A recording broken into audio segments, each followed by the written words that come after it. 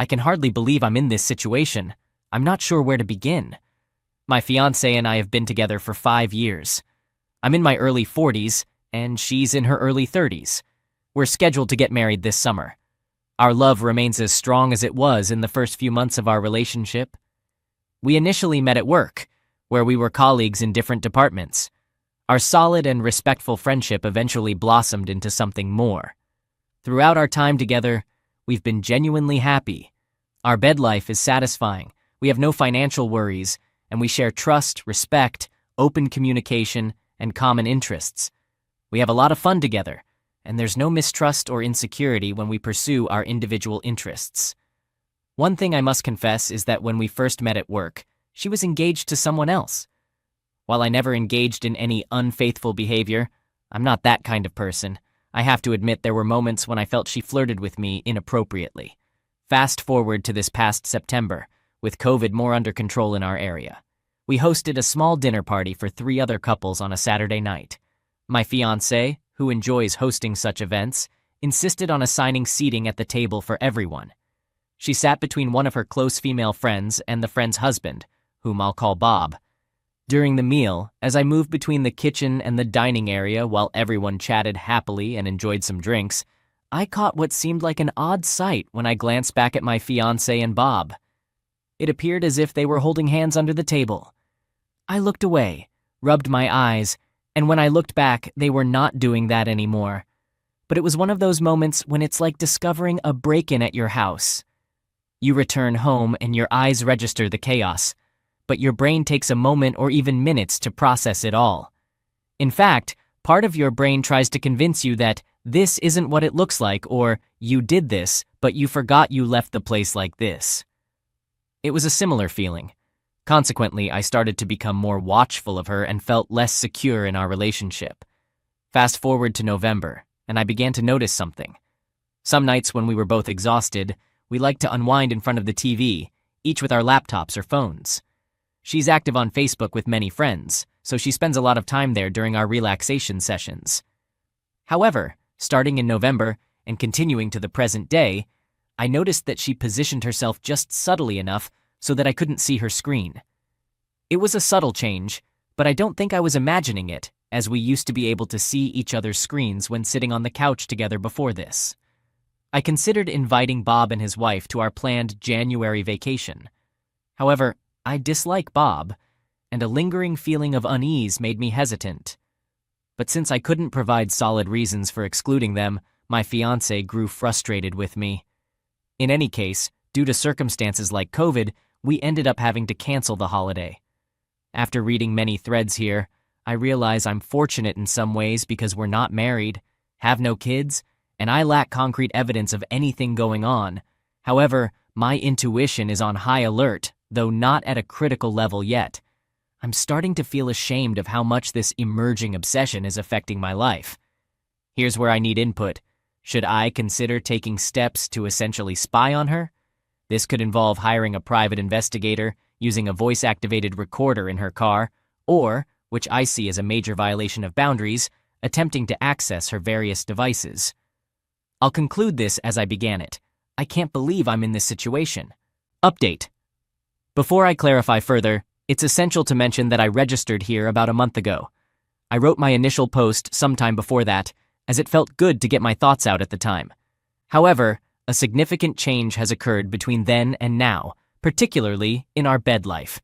The frequency of our closeness has subtly decreased, which isn't inherently problematic, as relationships have their ups and downs.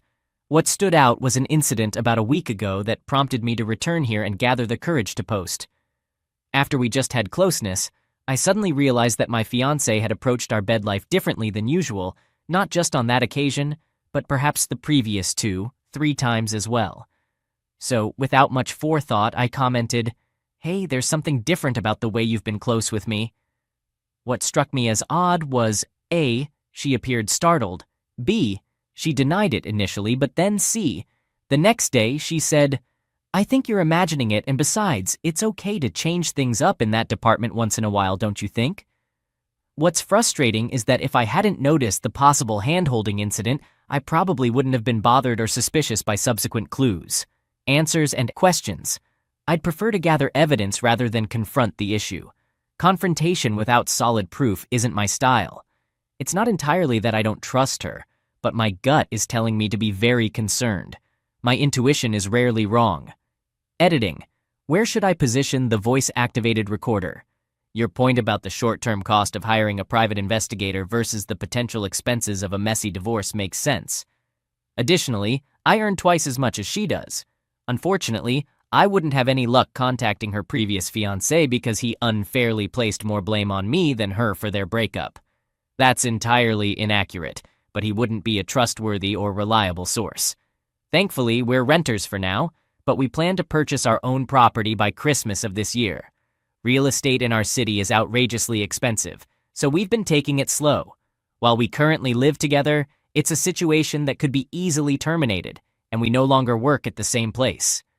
Yes, sadly, she's had her phone glued to her for months now. I honestly can't recall the last time I saw it lying around. This detail troubles me deeply, as does my blindness to what it might signify. Editing, Part 2. I should mention that I've started the investigative process in several ways. Additionally, I have a business trip out of town scheduled for the weekend after Easter, providing a natural opportunity to observe her actions in my absence. Quick update. I've hired a private investigator and they begin their work tomorrow. I've realized that I can't wait for 2.5 weeks to ease my conscience. So, last night, I had a heart-to-heart with my oldest and closest friend. He's now aware of what I'm going through, and I'm flying out to his city tomorrow evening for an extended weekend there. I've informed my fiancée about the trip, and her emotional response seemed oddly mixed. Regardless, if something is amiss, it may become apparent during this opportunity. At this point, I've decided against using a voice-activated recorder. With the wedding set for September, we haven't invested a significant amount of money in it yet, and what we have spent can likely be recovered. For example, refundable deposits. In other words, this won't turn into a messy legal or financial situation. If she's cheating, I'll quietly exit the relationship without causing a scene. The potential trauma of discovering her infidelity is already overwhelming, and I don't need to hear her exchanging sweet nothings with another man. Furthermore, as some of you have gently suggested, this situation has altered my perception of her, and it has shed light on potentially larger issues in the relationship, even without infidelity. I just met with the private investigator. She's indeed cheating on me with the individual I mentioned. I'm in shock and utterly devastated. On Friday night, he stayed overnight at our place with her and didn't leave until the next morning. On Saturday night, for some reason, they stayed in a hotel until the following morning. The private investigator has provided time-stamped photographic evidence. I'm too numb to write any further. Update. It's been quite a day. A good friend who knew about my situation provided tremendous support and was prepared when I shared the unfortunate news with him. I was on autopilot at work, but later in the afternoon, I managed to take some time off. In the afternoon, my friend went to Bob's wife's house. The other betrayed spouse, I apologize for my slow understanding of the acronyms here. He rang the doorbell and personally handed her the photos of my fiancé and Bob. These photos are time-stamped and explicit, leaving no doubt about what was happening. Perhaps the most troubling one is from the hotel, where they were kissing at dinner and then the next morning sharing a kiss goodbye in the parking lot. It's baffling how brazen they were. They weren't even in another city. However, the worst one is the first photo from Friday night when Bob arrived at my place. Since we live in a duplex, she had to open the front door to let him in. The photo captures the pure, joyous excitement in her eyes, a moment I'll never forget for as long as I live. About an hour later, my friend went to my place after delivering the photos to the other betrayed spouse. He handed my fiancée a package I had prepared for her. Inside were the photos and a simple note from me. I expressed that my future goodwill toward her, not in person but in my mind, would depend on her willingness to come clean about the whole truth. I informed her that our relationship was over and I never want to see her again, let alone think about marriage.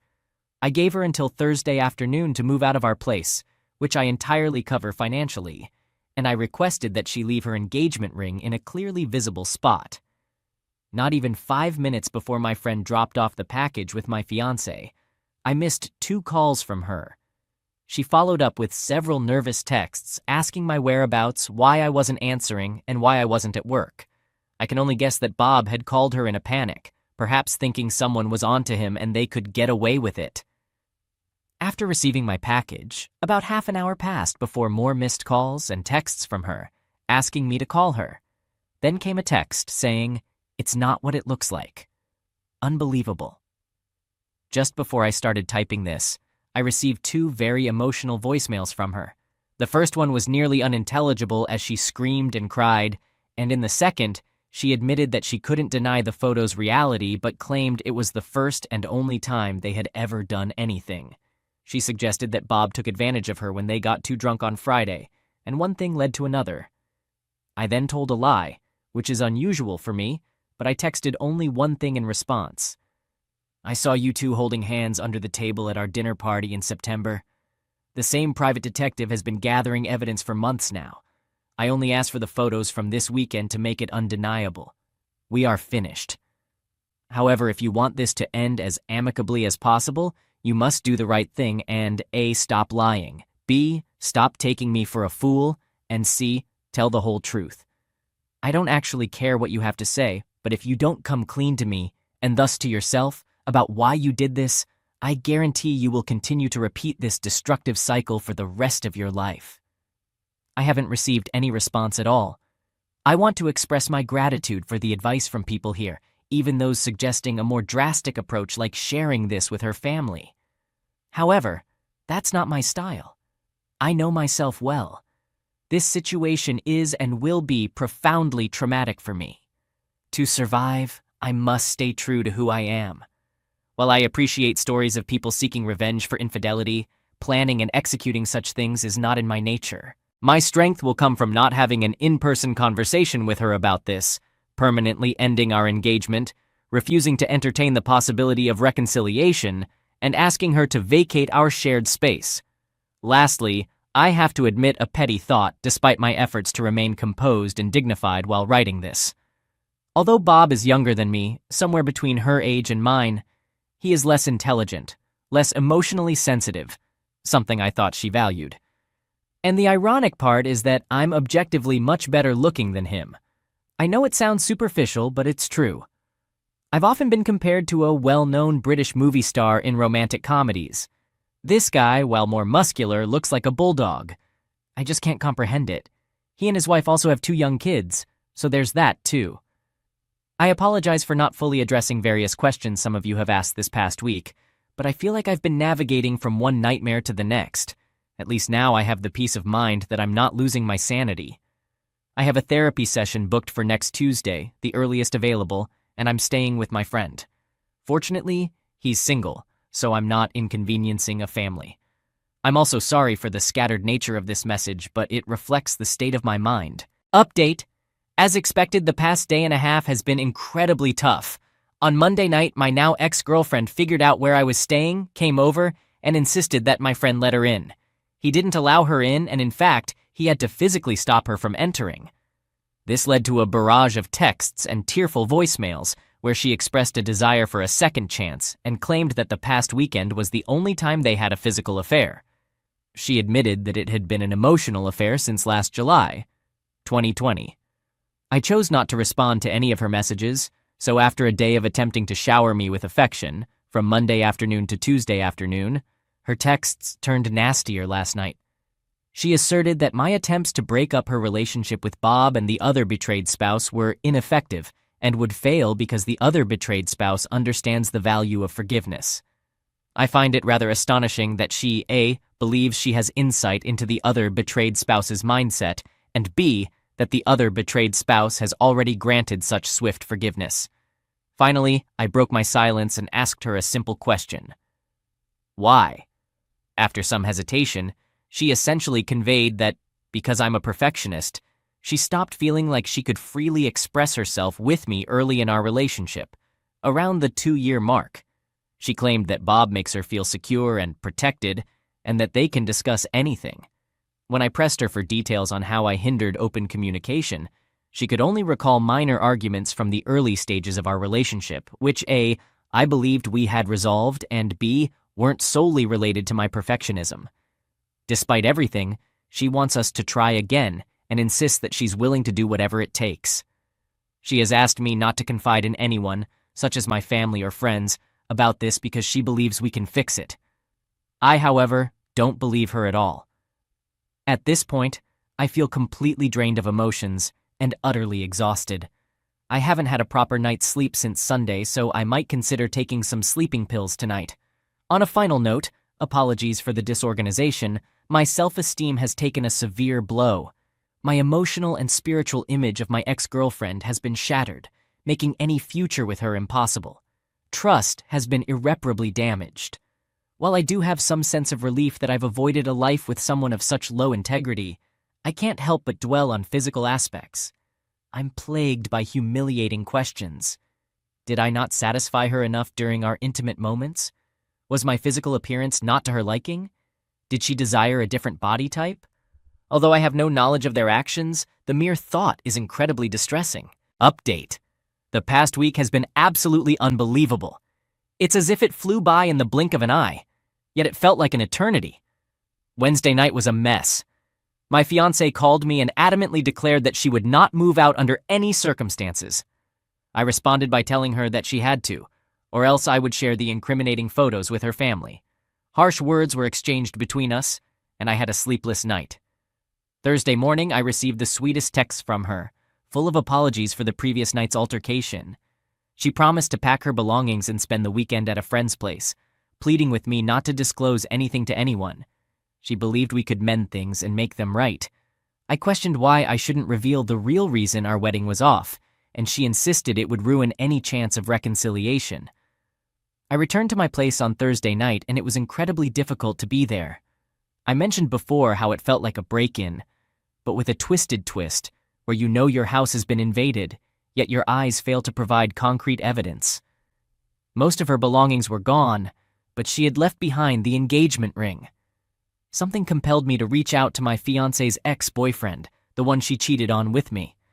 I found him easily on Facebook and sent him a message, letting him know I had something important to discuss and asking him to call me. To my surprise, he called within 45 minutes. Our conversation was brief but impactful. I learned a crucial piece of information. Their engagement had ended because of her repeated infidelity. He had an event to attend that night, but invited me to have dinner with him the following evening. As I drove the 3+ hours to his town the next day, I finally had the chance to reflect on the incredible 100 hours or so in my life. The revelation that my wayward fiancé had cheated on the previous man filled me with a whirlwind of emotions: anger, relief, sadness, confusion, embarrassment, and many more. About an hour away from his place, I mustered the courage to pull over at a picturesque rest stop. I dialed the number of the other betrayed spouse, not expecting her to answer. To my surprise, she did.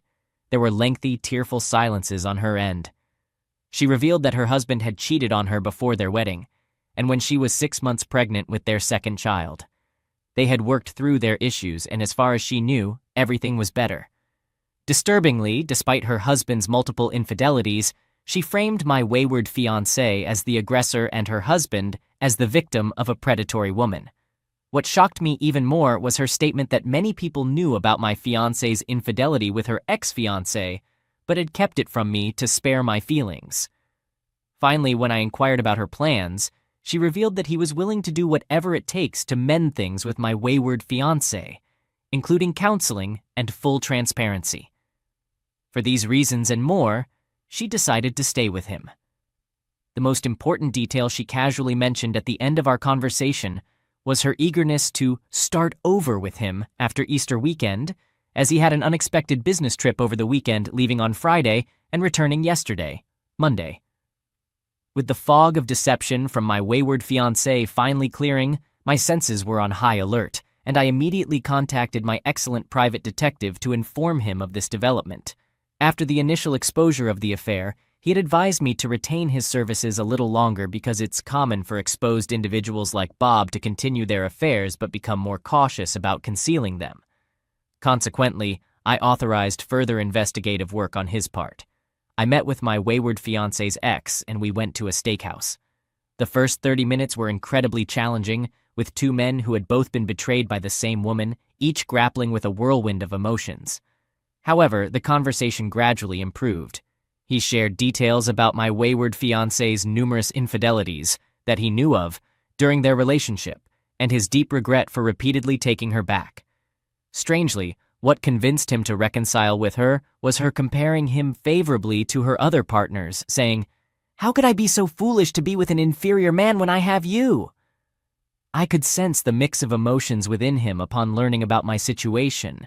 Part of him felt anger and sorrow on my behalf, but another part, on a more primal level, seemed relieved that his worst suspicions about her had been confirmed. I understood this complex response and didn't interpret it as deriving pleasure from my suffering, but rather as finding closure that it wasn't about him or his shortcomings in their relationship. Understanding this, partially thanks to this incredible community, was also liberating for me. As much as Friday turned out well, Saturday was dreadful. I woke up to a venomous message on my private Facebook group dedicated to the now-canceled wedding, consisting of the groomsmen, bridesmaids, and our two main families. To simplify, my wayward fiancée posted a message stating that, unfortunately, the wedding was off. She added that despite our efforts to address the emotional strain in the last few years of our relationship, I couldn't overcome my negative patterns, insinuating that I might try to spin the situation differently. I was utterly shocked, although in hindsight, I can't say it was entirely unexpected. Many people here had cautioned me about this possibility. I won't delve into my emotions or actions on that day. I did nothing I would later regret. In fact, I maintained complete silence, not communicating with her or the group. Of course, my own family is aware of the situation. However, I can't help but wonder why she had a change of heart after her Thursday morning texts, expressing a desire to reconcile with me. Was the allure of being with her Bob so irresistibly intoxicating? Her actions truly puzzle me. You would think she'd want to keep me around while enjoying the secret excitement of her affair. She must genuinely despise me if she could write a note like that, fully aware that I'll likely never speak to her again. It's both disgusting and astonishing. To make matters better, if that's even the right word, I later found out that my wayward fiancé and the posam had checked into a luxurious spa about 90 minutes outside of town that Friday night. More photos, more evidence. They dined at a lovely restaurant in the spa resort, making it rather easy to capture numerous pictures of a couple deeply in love, seated beside each other at this romantic getaway. I'm running out of energy for this update, so I'll try to wrap it up as succinctly as possible. By yesterday afternoon, armed with photographic proof from 2 affair-filled weekends, I selected the 6 most compelling photos and shared them with our Facebook wedding group.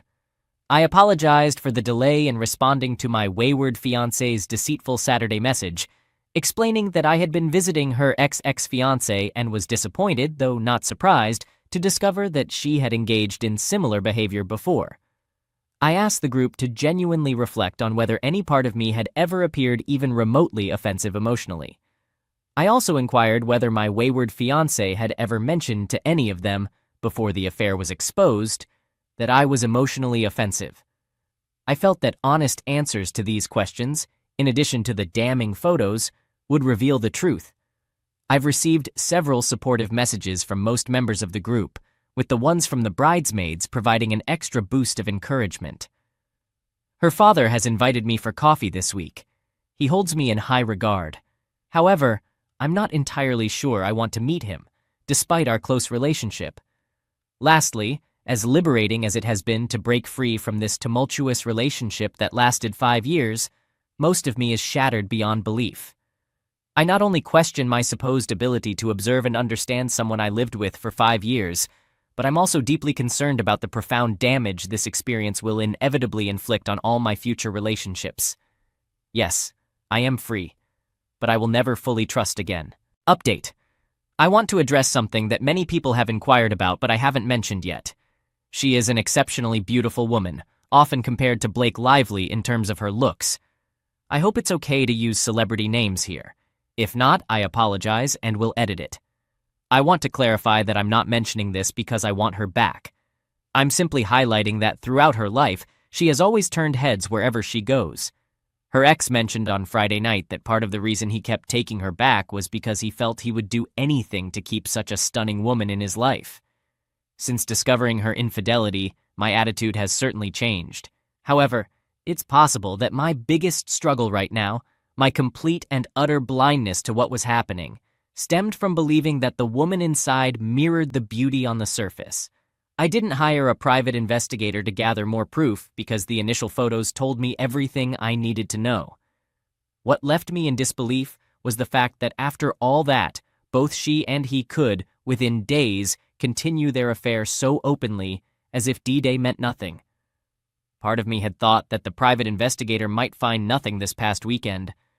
Those photos shattered any lingering hope that this could be overcome. I appreciate the harsh reality check provided by the additional evidence. I wanted to give her the opportunity to confess to her family and our wedding party on her own terms. Some of our discussions last week indicated that she might take that option. My basic threat of saying, "If you don't tell the truth about why the wedding is off, I will have to be the one to do it," was not some kind of game. Update. I'm currently out of town on a business trip, and now that I'm alone in my hotel room, it feels like the first time in a while that I can breathe and reflect.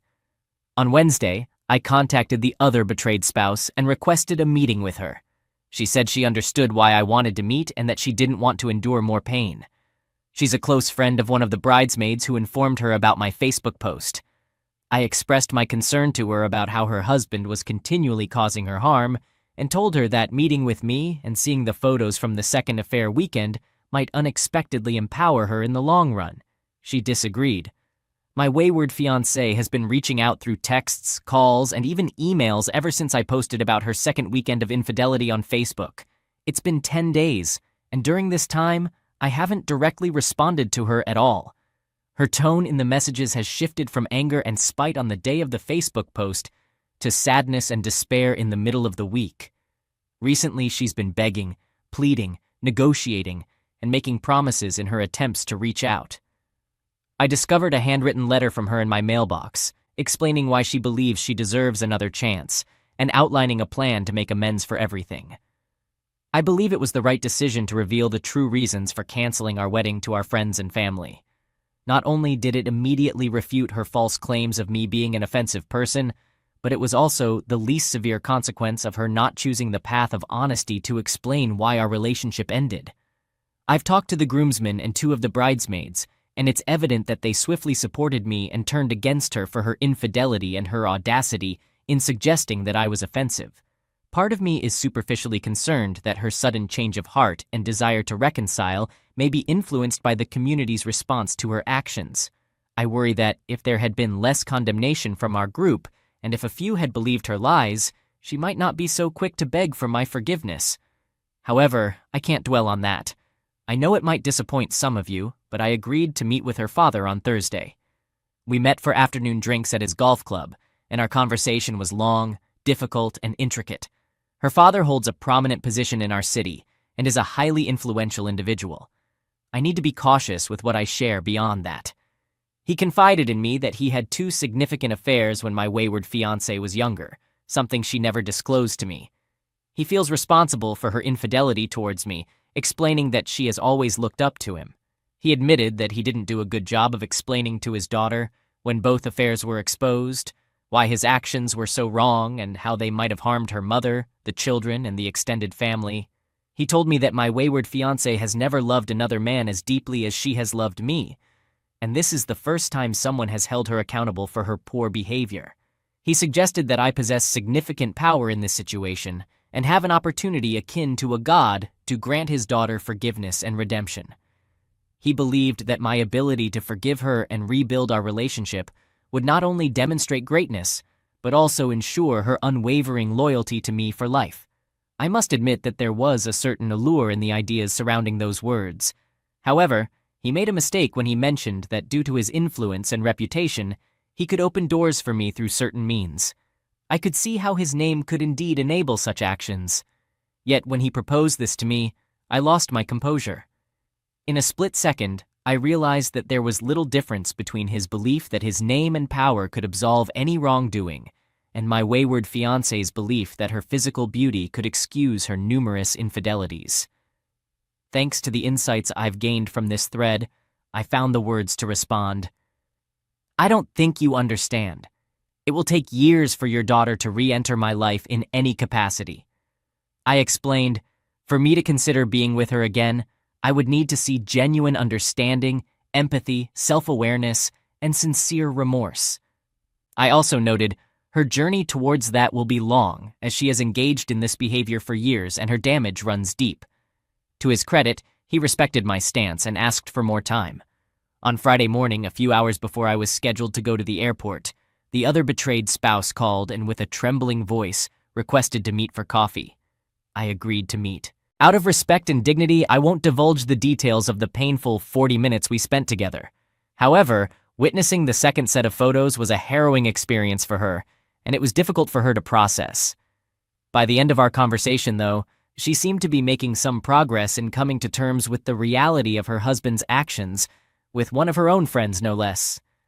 I believe she has started her own slow and challenging journey towards healing. I briefly considered directing her to this thread, but I ultimately decided to keep this private, not wanting to complicate an already complex and sensitive situation further.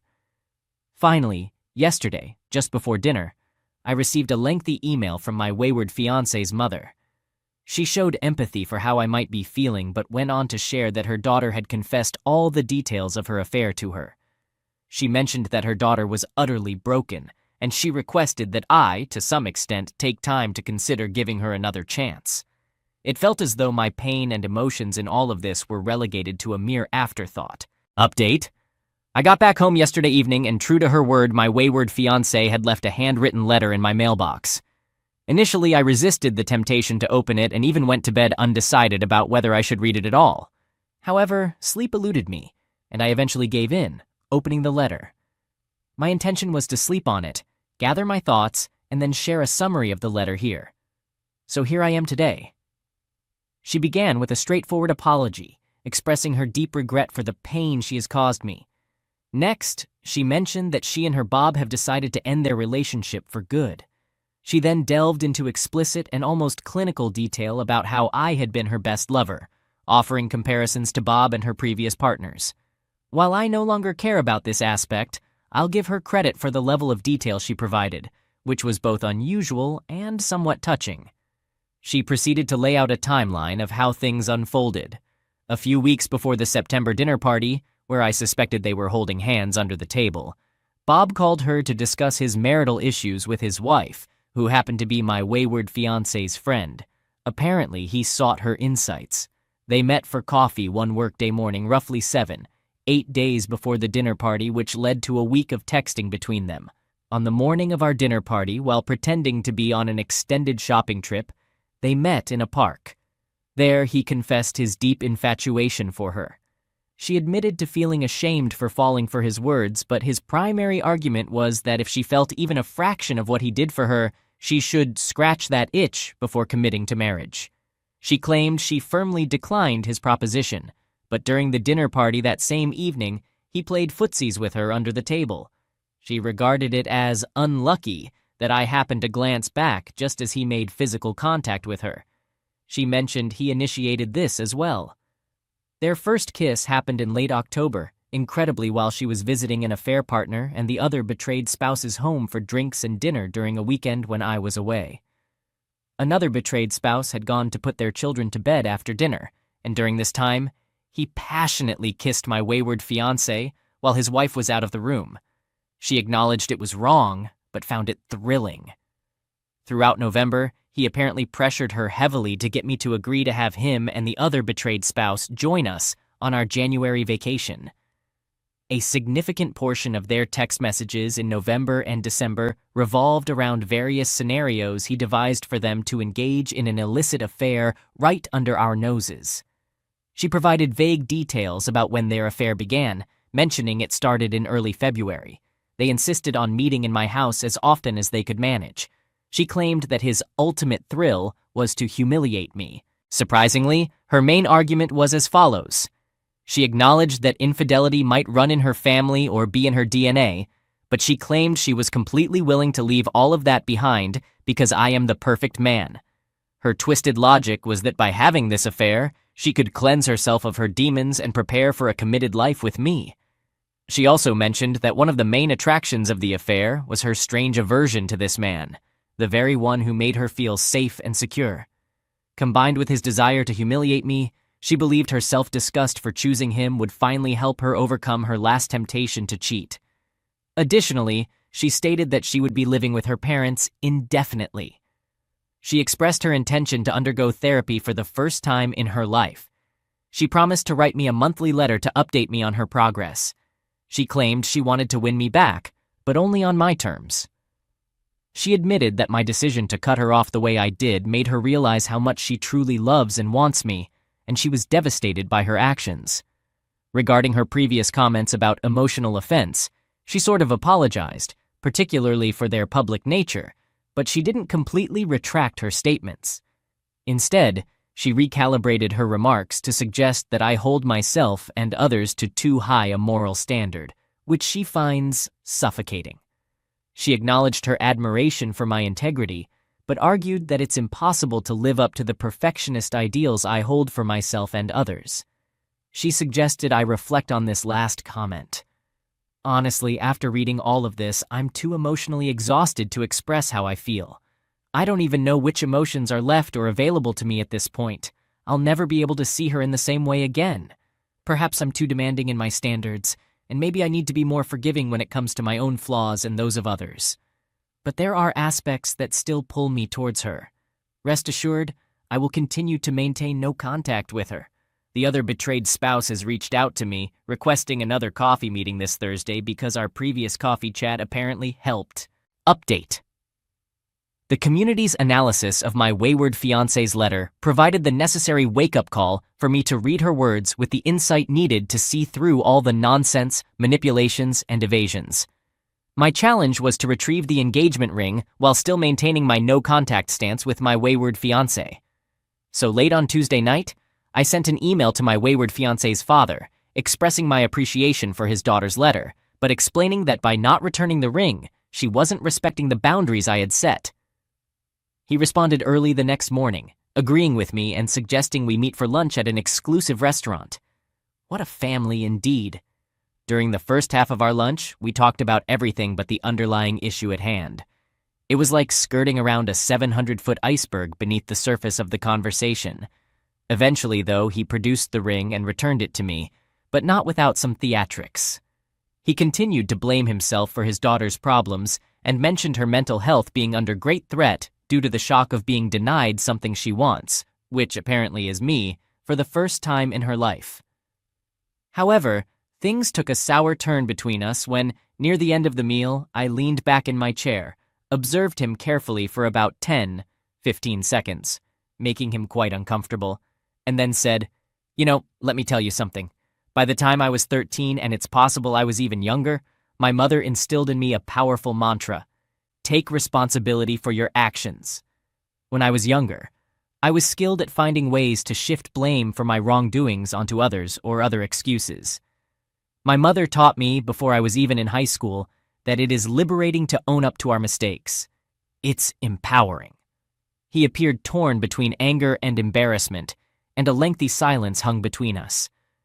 I gently slid a photocopy of his daughter's letter across the table, saying, "I'm sure you haven't read this." It was evident that there was no way he had read the letter in its entirety. He crumpled it up and pushed it back across the table to me. Then, in a sinister tone, he said, "If you can't accept your fiancé's truths at face value, then you two have no hope of reconciling this unfortunate temporary situation." When I looked at him, utterly stunned, and said nothing, he continued, "It would please me to see you two back together. I don't appreciate the way you spoke to me this afternoon, and frankly, I thought you had considerably more class than this, but I'll attribute it to the grief you're experiencing. You need to do the right thing here." So I asked, "And what is that?" He just stared at me for about 5 seconds, said nothing, walked over to pay the bill at the front, and then left. So that man could have been my future father-in-law. But in reality, I had a great coffee meeting with the other betrayed spouse a few hours ago. It was tough because I shared the contents of my wayward fiancé's letter with her, although I chose not to show it to her for various reasons I'm content with. She then proceeded to tell me her husband Bob's version of events, which was quite astonishing. It was essentially my wayward fiancé's letter, but with the blame shifted onto her. He portrayed himself as the victim, while she was the aggressive offender. Oh, and he mentioned that my wayward fiancé justified it all by claiming I'm emotionally offensive. Beyond the shock of that, it became clear from her timeline that the affair had likely started as early as June 2020. Bob had certainly confessed to certain events from around that time, with my wayward fiancé acting as the agent of influence and temptation in each case. After we shared our respective tales from the crypt, something incredible happened. We both began laughing nervously at first, then moved to immature giggling, and finally, we were in fits of laughter. It was a beautiful and cathartic moment. Honestly, it was the most liberating and light-hearted feeling I've experienced in months. She later got a bit teary-eyed, expressing that she didn't know what she was going to do. However, she recognized that he is just as troubled as my wayward fiancé, and she needs to find a way to extricate herself from him somehow. So that's where things stand. Despite the uplifting and empowering experiences of the past 48 hours or so, as I sit here writing this post, I suddenly find myself overwhelmed by sadness, loneliness, and a sense that I may never fully recover from this and may never be able to trust again. One thing is certain, I won't be taking my wayward fiancé back. I'm in the process of drafting a final letter to her, politely asking her to leave my life forever. What a mess. And as I've asked before and will continue to ask, what was all this for? Edit. The following letter was sent yesterday afternoon. I know some of you may disapprove, especially those who have questioned why send a letter at all, but I felt it was important to share what I wrote with this community, despite the expected negative reactions. It feels good to have written and sent it. Obviously, her name is not Blake, but... Blake, this letter is in 3 parts.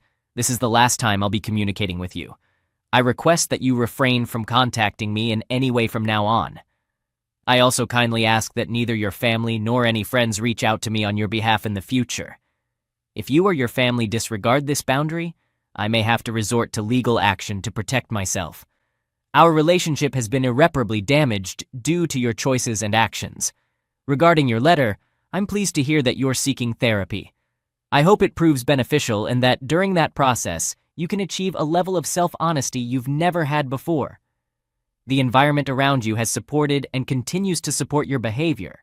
So even if you manage to address the significant voids within yourself, you'll need to break free from your family's influence. I appreciate you returning the ring. I'd like to reminisce about a moment, possibly the last time when we were genuinely happy together.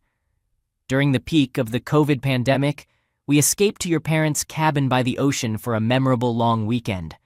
One Friday afternoon, we were exploring some high rocks, and you ventured dangerously close to the edge, risking falling into the sea. I pulled you back and cautioned you about the danger. Later that evening, by the fire, when we discussed that moment, you said, "Risk is good. It makes us feel incredibly alive. And besides, I know you will always be there to pull me back." Now I understand that everything about you and your intentions to ruin our relationship were encapsulated in that one moment. While I'm slightly disappointed in myself for not realizing it sooner, I'm now thankful that I see you for who you truly are.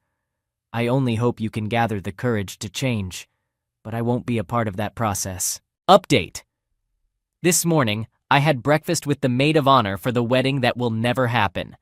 She was with my former fiancé on Saturday when she received my final email. Apparently, my ex-fiancé was extremely devastated and spent the entire night inconsolable in her room. It's hard not to find this amusing, as it sounds like the reaction of a 13-year-old who can't have a sleepover with their best friend on a Saturday night. More worryingly, the maid of honor also informed me that when her father read the note, he became furious and simply said, "He will pay." Frankly, I'm very concerned about the possibility that he might seek revenge against me. I acknowledge that many of you here have warned about this as well. So, what can I do to protect myself from this potential threat? Additionally, as a quick note, while the maid of honor is a true friend to my former fiancé, she's also been supportive of me throughout this ordeal. Towards the end of our breakfast this morning, I expressed my gratitude for keeping me updated and asked her why she wanted to help. She shared something I wasn't aware of. She broke up with her long-term partner about a year ago because he repeatedly cheated on her.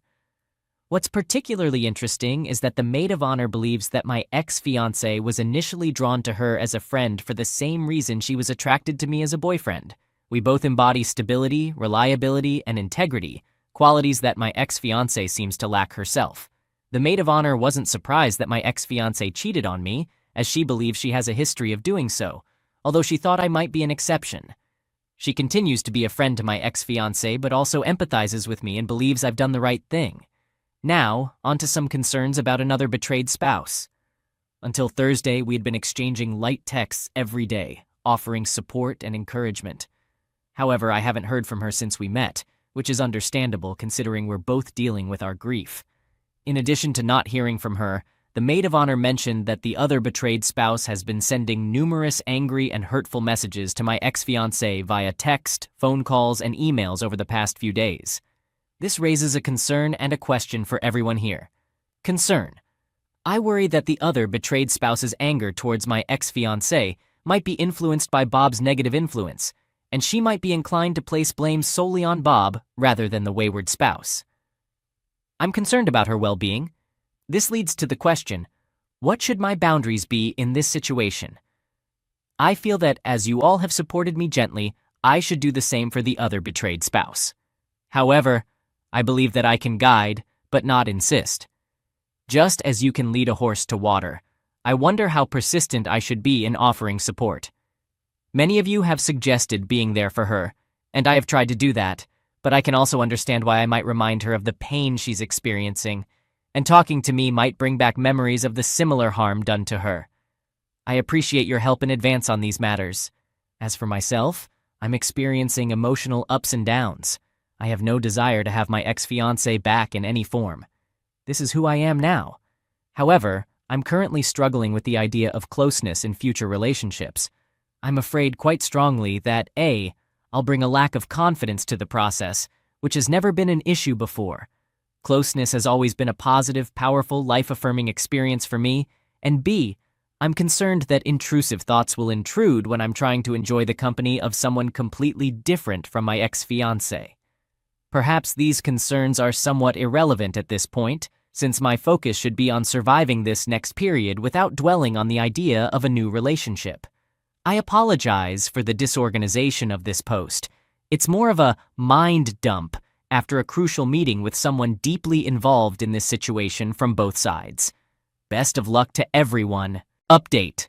This morning the police called me to let me know that my ex-fiancé, who had previously been unfaithful, has made a false accusation against me.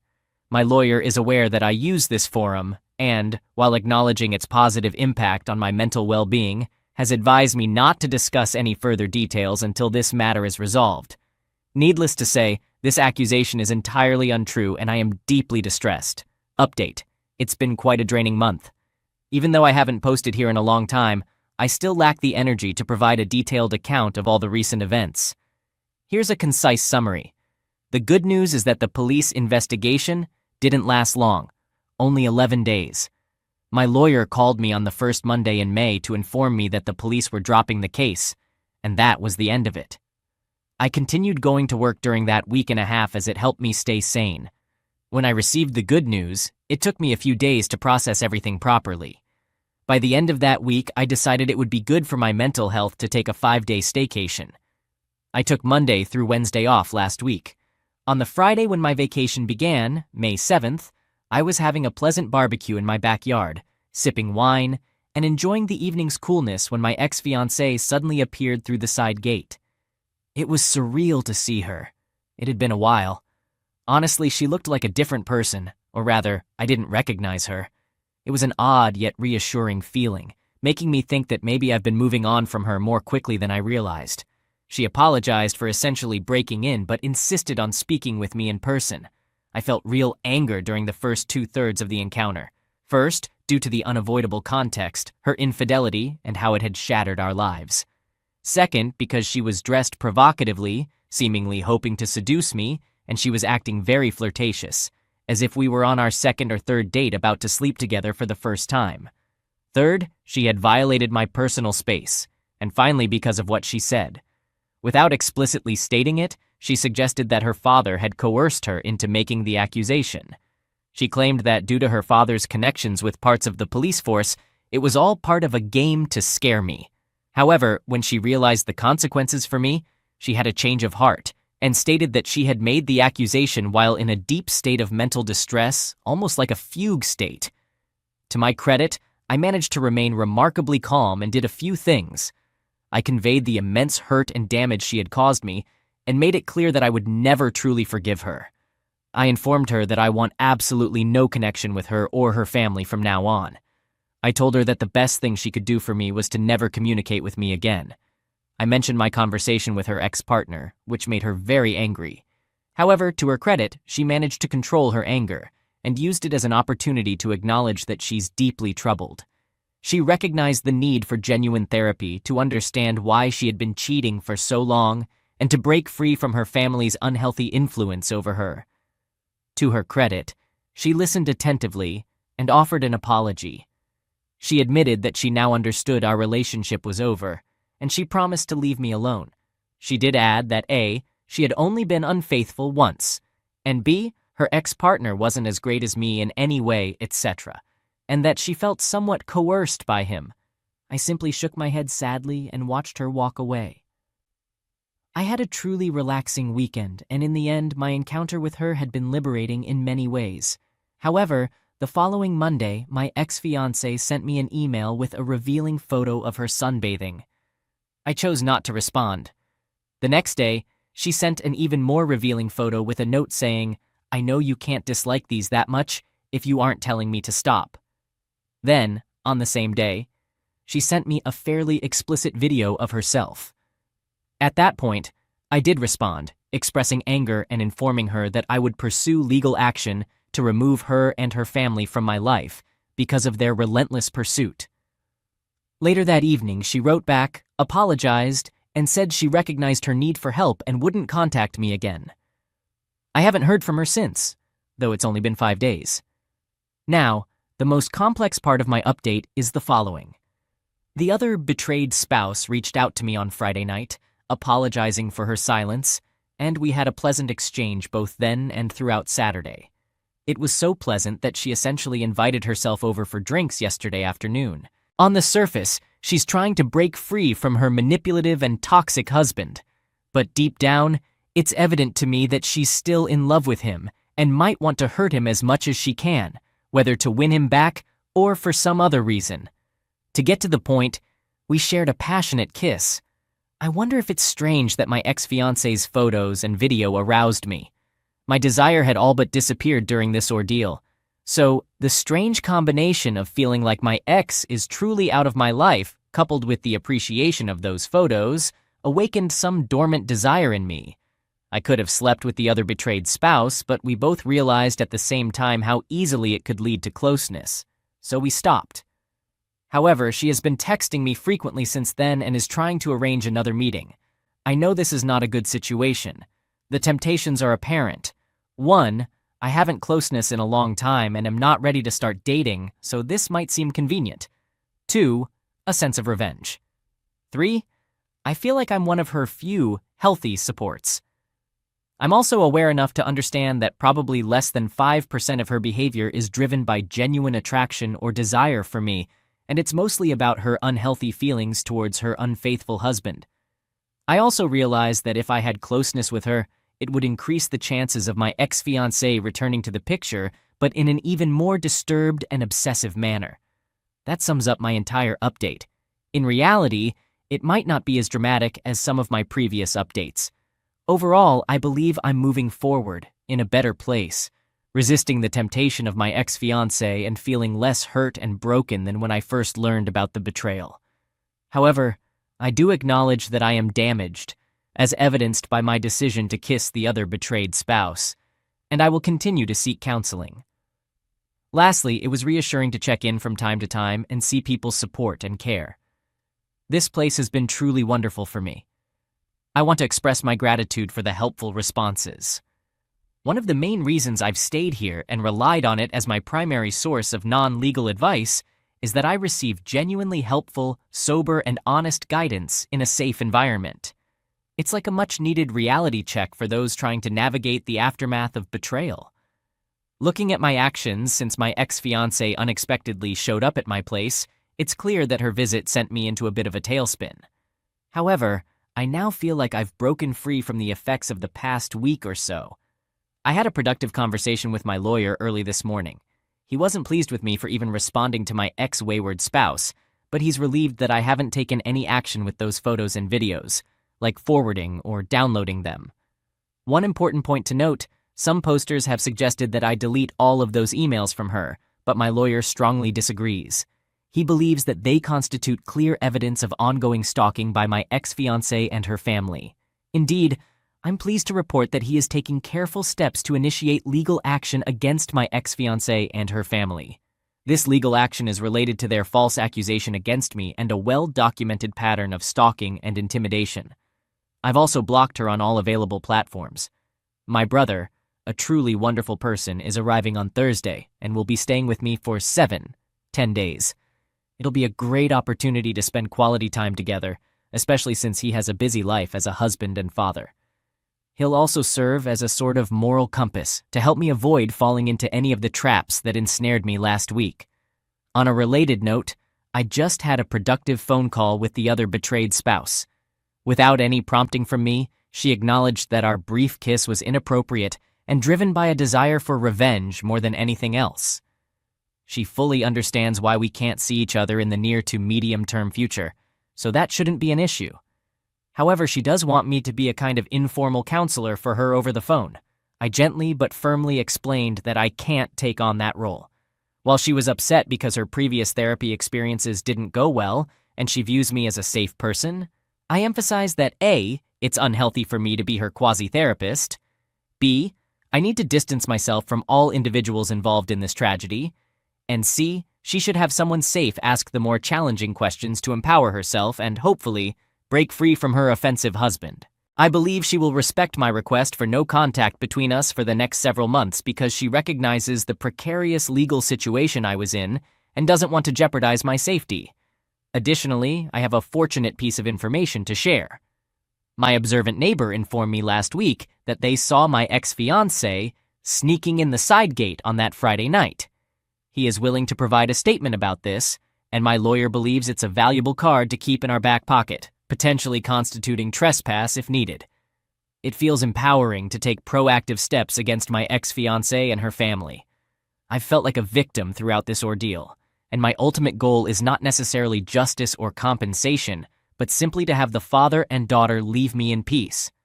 Lastly, reflecting on the past 7 days or so, I realize the profound damage I've suffered from all of this. I've been so occupied with taking action and being productive since discovering the infidelities, most of it positive and useful, that I may not have properly begun the grieving process.